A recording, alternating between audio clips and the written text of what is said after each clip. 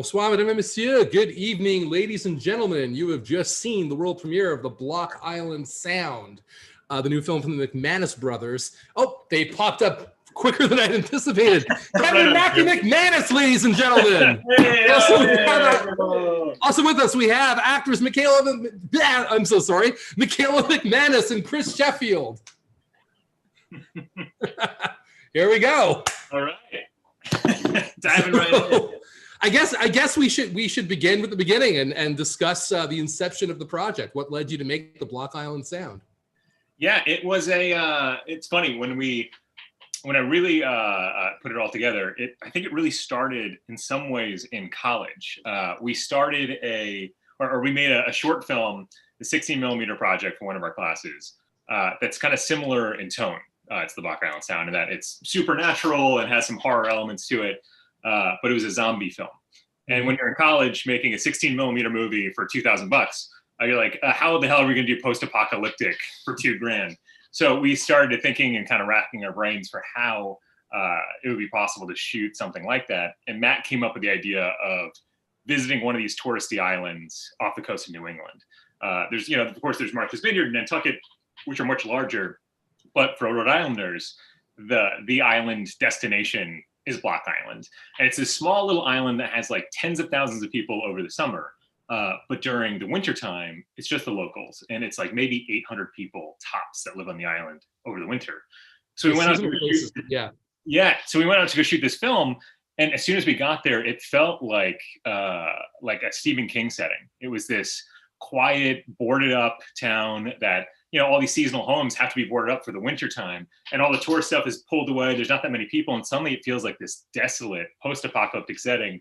And as soon as we shot that film, we were like, we got to come back and do something bigger here. And it's always been in the back of our minds. So this was really the opportunity to finally do that. Nice. I have to say, after all the American Vandal and Cobra Kai success, I was very happy to see you going back to narrative features filmmaking. Yeah, I was worried you're gonna be like, we found a good home in episodic work, and because you are filmmakers. Yeah, well, it's funny. You definitely, when you get back on set after doing something like that, where you're just writing, and then all of a sudden it just gets presented to you, and somebody else did all the hard work of the actual production. When you're getting back on set doing your indie film, you're like, damn, this is hard. Yeah, it was exciting to finally get to do it again and do something that. Kevin and I have been loving grounded science fiction since we were kids, and finally being able to really dive into something like that was just an exciting departure for us. Excellent. So Michaela, Chris, do you want to talk about your approach to your characters and working with the McManus Brothers? Why do I keep stumbling over the family name? I don't know what it is. It's a hard one to pronounce. I apologize. Somehow it's become a tongue twister.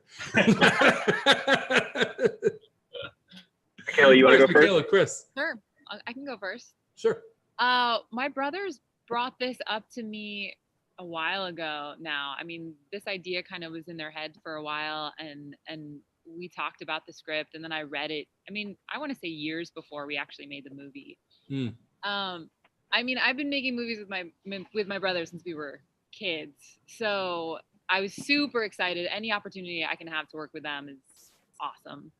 So I was really excited to work on this film with them. And I feel like I just had Audrey in my head for such a long time. And then when we got on set, Chris and I actually have been friends for years now, Chris. Years, yeah.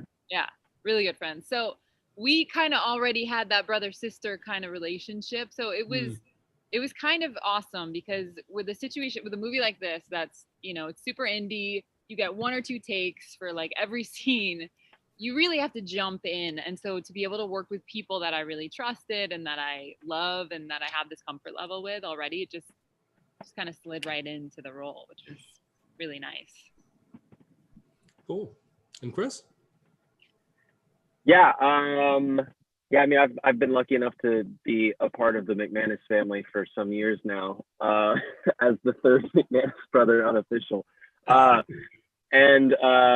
So because Michaela and I had worked together a few times prior to this, and then I got to know the brothers, and then they had been talking about the movie and having me read for one of the roles, and then I auditioned, and then we talked about it, and they just they're like, yeah, we want you to do it. I was like, that's great. I'd love to do it. This is awesome. So that's how it started for me. And then I guess how you asked about approaching the role. I didn't know Block Island at all. I didn't know it really existed, to be honest with you. And it's in a really incredible place. And I got to spend a little time there prior to shooting. So that really, they're already smiling. They're already laughing at me. They're already smiling. I couldn't stop talking about Block Island. So do you basically go ahead, Michaela, go ahead. Chris went to Block Island for how many days, Chris? 2 days? 2 days. 2 days. And so then we went to shoot the movie. Every time anybody had like any kind of question, Chris would just jump in and had like, you know, all the information about Block Island. Oh yeah, I talked to everybody on that island for those 2 days. I talked to everybody that was there. I went to the only bar that was open because it wasn't summer yet, and met all the locals and was at the grocery store and did everything I could in that 48 hours that I put myself up there for prior to shooting. But it really made a huge difference. Excellent. So just basically being on Block Island for 2 days was enough to channel you into like deep depressive states for me. Well, into your character space. Well, Block Island magic. No, I mean the way of life is very specific. Yeah. The accent is interesting, and there was just a lot that being there and submerging myself a bit, even if it was just 2 days, honestly made quite a difference. But to work on the characters, prior to being on Block Island. Yeah, for sure. That's great work. Now, what's interesting is that you guys were saying that it's actually an old screenplay that I mean, I'm sure you retweaked and played with over the years. But it's funny because it speaks so much to now. I mean, even when you shot it, it was very, very contemporary to last year. But the way it talks about isolation, could be speaking to quarantine times of today. The way it addresses conspiracy theories could be talking about news anchors and mainstream politicians of the day. I mean, even little throwaway jokes because somehow seem to be channeling, a psychic energy to the immediate now from when you were on set a year ago. Do you want to speak about that? One of the strange things, in particular, Matt and I were talking about a few weeks ago, was the cognitive test that Harry takes in the middle of the film, and it's the exact same one that we're all thinking of. Sure. And people are asking, how did you do it? How did it? I assumed it would be a harder test, and then I heard about it. And I was like, oh, that's the test from the movie. It's really, it was kind of mind-bending to see things like that suddenly show back up again. I mean, and on that same point too, I mean, just talking about conspiracy theorists and stuff, it's funny when we would talk about Jim Cummings' character Dale. It used to be that that character is such a trope, and we were like, it was like a movie character before. Yeah, right. Yeah. Conspiracy theorist who knows more than he should, and we were like, oh, we might get dinged for this. That this is like kind of just such an archetype. And now it's not this like weird caricature. It's most people out there. It's crazy how much conspiracy theories have become so prevalent, and that character actually feels somehow much more grounded than he did when we first wrote him. I mean, Jim was ad-libbing a lot during some of the scenes, and I remember he kept ad-libbing in "Thanks, Obama" throughout the whole thing, and we're like, dude, that's not relevant. That's not going to make any sense, and it's crazy how much sense it would make now. Yeah. It's just unbelievable. Seriously. Do you want to talk a bit about the alien components? Yeah. In terms of the just the concept of the aliens and the levitation aspects and all of that. Yeah, it was this movie in particular was obviously it's you're thinking hopefully throughout the film that it's going to be a sea monster, and we kept, when the idea first originally came up of Matt and I toying around with the Block Island sound, it really started with this seed of wanting to make an alien movie and saying, if we made an alien movie, how would we make it different? You've seen so many of them before. And I think setting became the first kind of linchpin of this. So it's not in the desert. It's not, your kind of classic New Mexico story or something along those lines. Like if we see it in New England, I don't think I've quite seen that before. So that was really the beginning of at least the conceptual idea of doing it for the story itself. It's funny though too. I mean, when you think about that element of the movie, it's so hard because it's kind of like Rosemary's Baby or something, right? Where you're like, well, it's kind of the whole movie, but if you pitch it to people as this is what the movie's about, then the movie gets spoiled, you know? So it's become such a complicated thing to have to navigate. And so it's been a funny thing to like, even like we were up for an Alien movie recently, and I wanted to be like, I just made one, you know, but I can't tell them that without showing them the movie. So, you know what I mean? Like, just watch the whole movie and then it'll be relevant. Don't worry, just watch it. Yeah. Cool. Do you want to talk about the visual approach, how you shot the island? Yeah. Gorgeous looking film. Thanks. Yeah. Thank you so much. Yeah. That's all kind of great. Yeah. Alan Gwizdowski, our cinematographer, is a guy that we've been wanting to work with for forever. You know, he worked, I think he was in the first AC on our first movie, Funeral Kings. And he's had this incredible career since. And then his parents live in Bristol, Rhode Island. And he was looking to do a feature, and we were so excited to be able to try to get him on board to this. And it was just perfect partnership for this movie.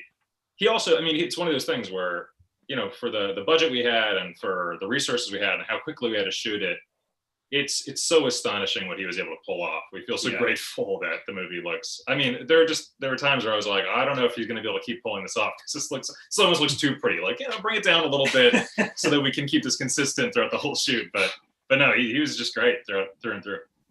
Yeah, it's starting to look at. It's so atmospheric. I mean, just incredible use of locations throughout. Yeah. Was the entire community of that island welcoming to the idea of this kind of film being shot there so extensively? Yeah, I mean, it's funny because it's we shot actually kind of all over southern New England and kind of threaded it all together to really try and make it feel as much like the island as possible. Right. We wanted to shoot more on the island itself, and we found one house that we were thinking about shooting on. And we talked to a friend that lives on the island, and she got us in contact with the owner of the home. And we're like, hey, this house would be great. And he's like, he just happened to be a grip and electric professionally in New York. And this was like his family summer home. And he goes, oh, before you decide to shoot here, you should know something. There's one circuit in the entire house. And it was like a 15 amp circuit or something like that. Something so low, there was no way you could shoot a movie there. We had to bring huge generators, I guess. And it would have been impossible because, you know, obviously it's all on an island. So it's the infrastructure isn't quite as robust as it would be on the mainland. Sure. And that was a great realization to have before the first day of the shoot. So we shot a lot in Cape Cod, where our good friend Sarah Feldman set it up and let us use her house to shoot in. And then we were up in Cape Cod, we were down on the mainland in Rhode Island. And then we shot, I think it's a day on Block Island. As many of our exteriors on Block Island as we could, and a lot of interiors elsewhere. And then a lot of that drone footage is all on the island itself. So it was really kind of cherry picking the exteriors that really would resonate, especially with people who live on the island and people who know the island. And we love the island so much that you really want to do it justice. You don't want to just, say it's there and then have it look like something else. So it was, it was a hard line to dance on, but I'm really glad that it resonated with you. Cool. So it's great to see you working out with Neville Archambault. Yep. Very distinctive screen presence. Do you want to talk about just a bit about the working relationship that you guys have? Yeah, Neville is to direct. He's fantastic. Yeah, he's one of those guys where the first time we met him was during the auditions of Slumlord, and when he came in the room, he was in character the whole time. He never broke character, and naturally, you can imagine that was like one of the more eerie experiences you can have. He's so intimidating. I remember one of our producers, we were like, we're thinking this guy, and he watched the audition and he looked at us and he goes, is this guy like self-aware, or is this actually who he is? Is he crazy? And we were like, I don't know, man. But I think he's our guy, So then he shows up. But he registers really well. So he's fantastic. Yeah. He showed up on day one of that shoot. And he was so conversational and so lovely and so charming. And suddenly we realized like he's a completely the opposite of how he is on screen. And as soon as we saw that, we're like, oh, this guy has has real range. And that was one of the exciting things about making this movie, was the opportunity to try and showcase that range. So he plays this kind of lovely father figure, especially in the beginning of the film. And it was really just fun to get to show people the real Neville. Mm-hmm. Cool. Michaela, Chris, favorite memory from the production? Favorite or strangest? Can go either way.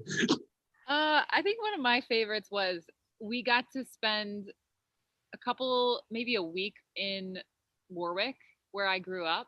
Oh. So I stayed in my parents' house in my childhood home, and I got to go down and show Chris the little restaurants and shops on the bay. So it was such a homecoming for us. It was like, this movie is so special on so many levels, and that was a huge part of it. Was like the idea of getting to go home where we grew up, and where like the love of making movies and, you know, as kids came to life as adults. It was just really, really special in that way. And then getting to like show Chris and Heidi Niedermeyer, who plays our sister.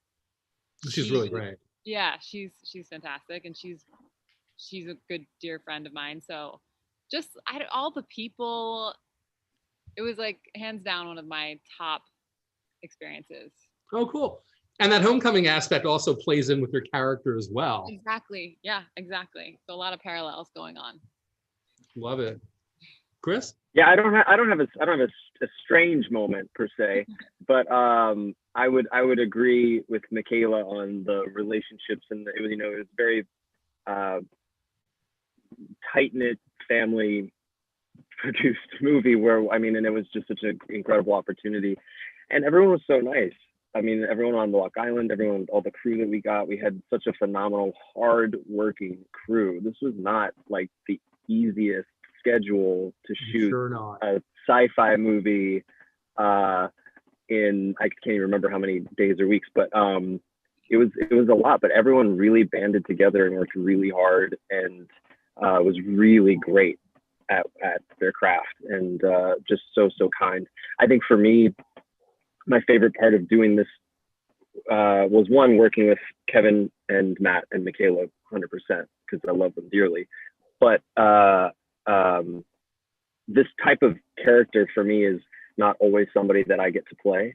And I think that being able to really dive into a very character-driven narrative in the way that I was able to, and it's not always an opportunity that's presented. And so being able to have that written by Kevin and Matt, and be able to really dive in and kind of in that time frame and on that schedule too, really allows for an actor to just stay there and kind of, because there's no time to drop out. We're just getting through each day. We're changing this. We're going to do this instead. Okay, but if you're so locked in and able to do it, you can switch on a dime and, okay, we're doing this on the beach now. We're going to do this scene before the sun goes down, and it works. But those opportunities and that type of shooting is quite rare. And I really feel so lucky to have been able to experience that in this setting too, because I also felt quite safe with Kevin and Matt, and they allowed me to kind of play with things and bounce things off each other, and it really allowed me to do my job really well. Beautiful. And these were all locations as well. There were no sets, right? Yeah, it was all on location. And well, the one set we had was the very last set was just the boat, I guess. What's that? The boat? Yeah, the lower cabin of the boat. That would make sense. Yeah, that's the only thing I can imagine might have been.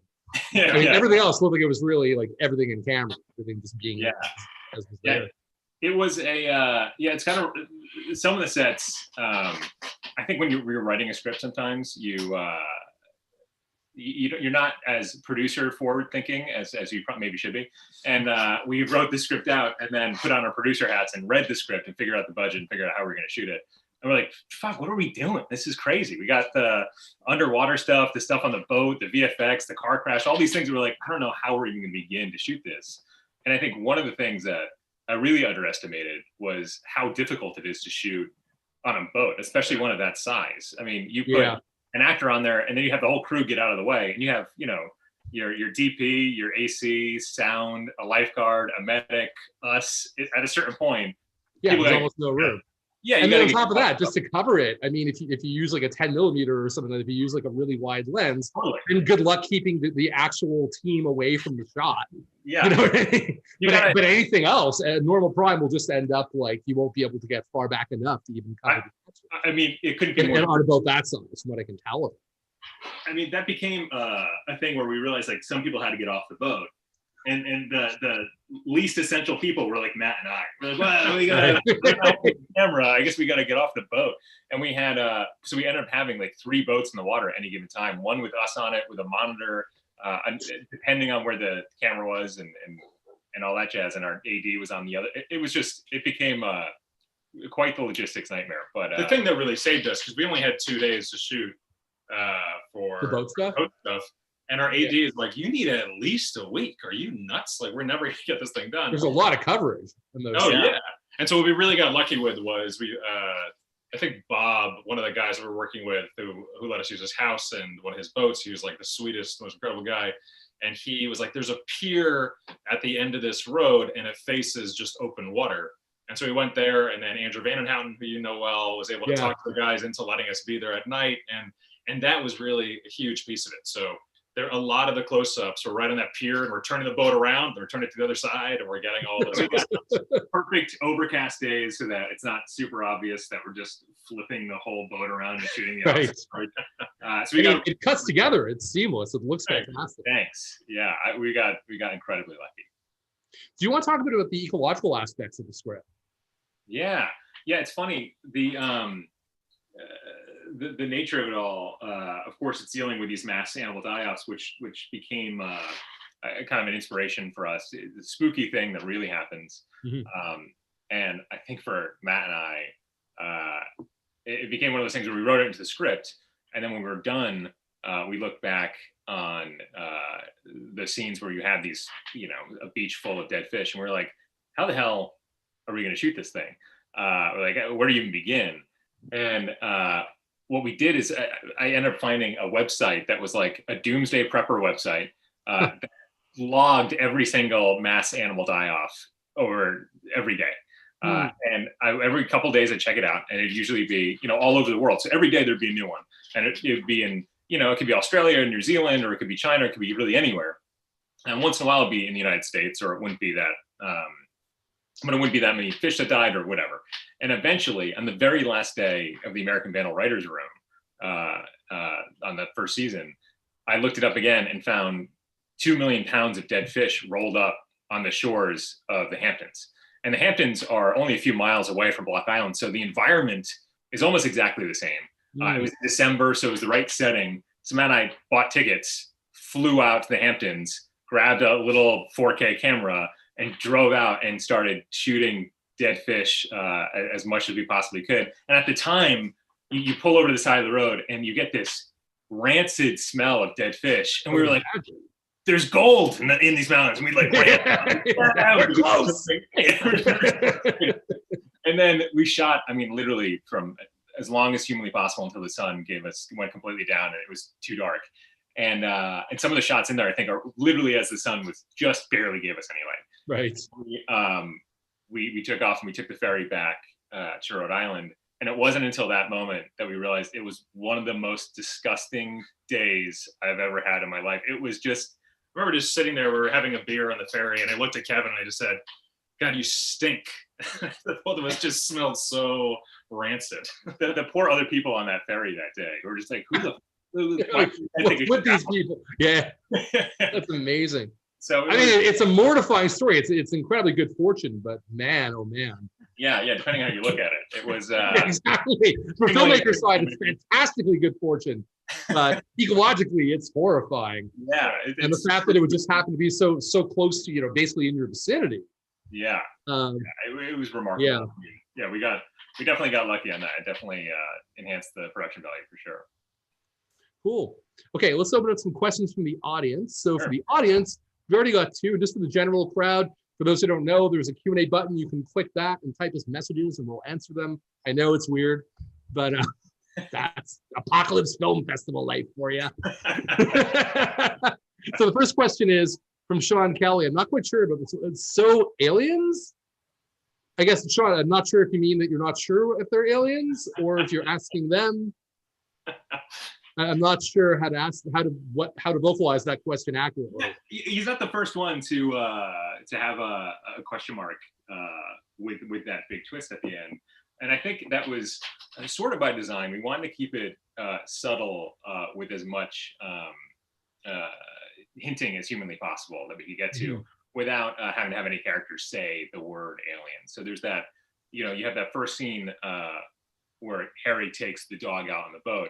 And we're hoping to do the first kind of clue towards what's going on. And then we have Jeremy Holmes' character try and put a finer point on it. But that was a little bit by design to keep it a little bit ambiguous towards the end. But, ultimately, the intention, certainly is aliens. Yeah, I took it as aliens, absolutely.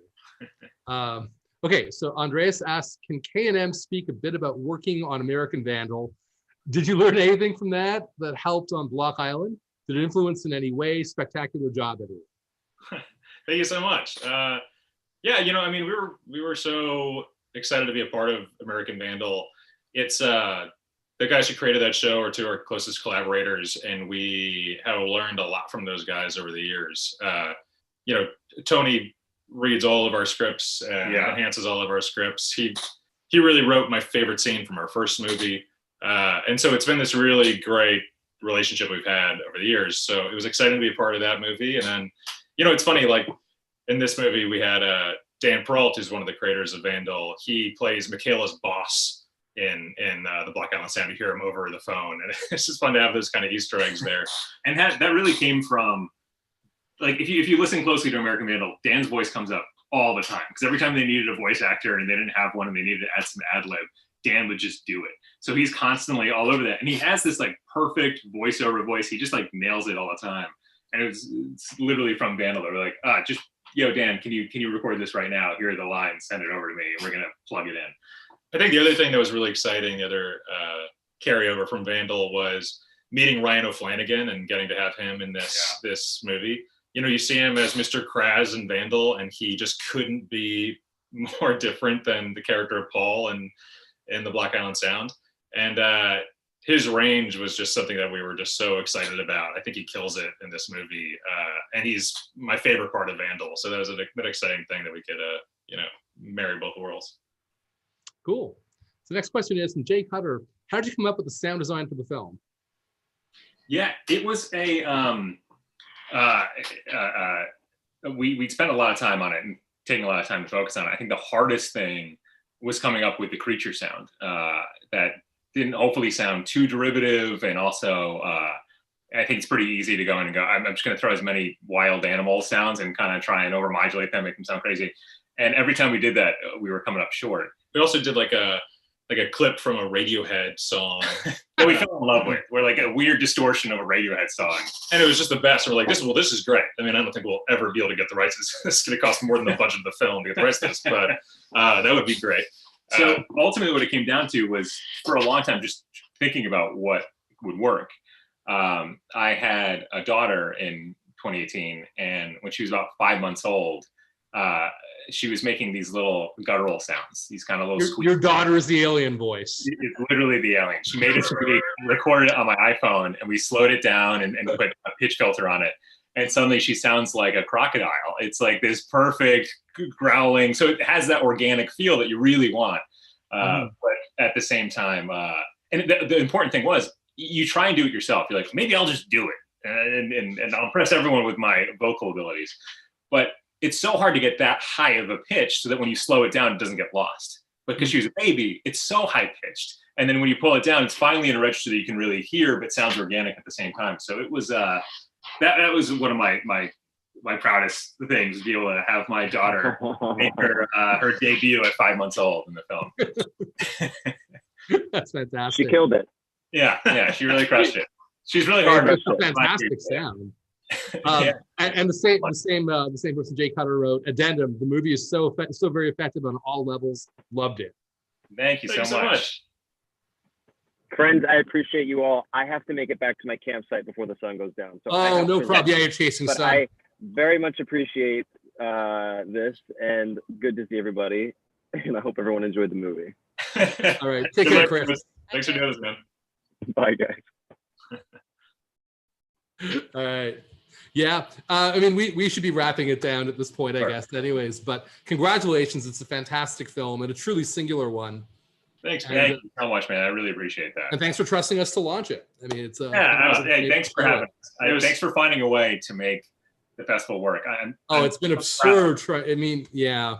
I'm not a fan of virtual festivals. I mean, nobody is, but we try to find a way that would be meaningful, that would still have some kind of momentum and would work for the audience and for trades, for industry.